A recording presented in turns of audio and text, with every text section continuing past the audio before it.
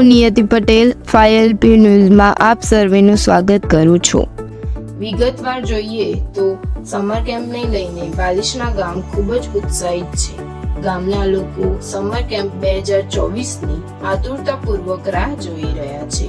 બાળકોને આ ઉનાળામાં ગરમીના લીધે તકલીફ ના પડે તે માટે આયોજકો દ્વારા સુંદર આયોજન કરવામાં આવેલ છે, જેમાં સમાજના દાતાશ્રીઓ દ્વારા પોતાની સંસ્થાની બસો અને ટ્રેક્ટર માલિકોએ પોતાના વાહનો 3 દિવસ માટે આ સમર કેમ્પમાં ઉપયોગમાં આપેલ છે।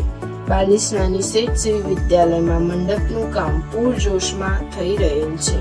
બાળકોને ટી-શર્ટ, ટોપી અને કીટ દાતાશ્રીઓ દ્વારા આપવામાં આવવાની છે।